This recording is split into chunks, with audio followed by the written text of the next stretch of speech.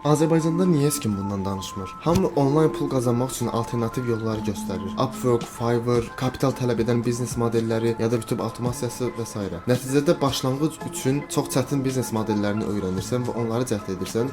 Təbii ki, nəticədə uğursuz olursan. Heç kim bundan danışmır. Hal-hazırda etdiyim şey, videolar çəkirəm və bunu sosial mediada paylaşıram.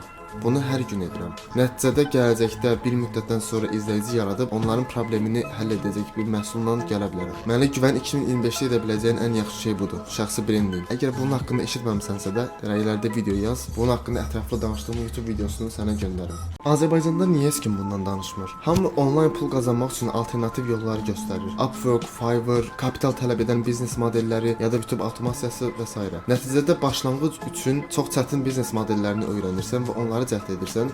Təbii ki, nəticədə uğursuz olursan. Heç kim bundan danışmır. Hal-hazırda etdiyim şey, videolar çəkirəm və bunu sosial mediada paylaşıram. Bunu hər gün edirəm. Nəticədə gələcəkdə bir müddətdən sonra izləyici yaradıb onların problemini həll edəcək bir məhsulla gələ bilərəm. Mənə güvən 2025-də edə biləcəyin ən yaxşı şey budur. Şəxsi brendinq. Əgər bunun haqqında eşitməmisənsə də rəylərdə video yaz. Bunun haqqında ətraflı danışdığım YouTube videosunu sənə göndərim.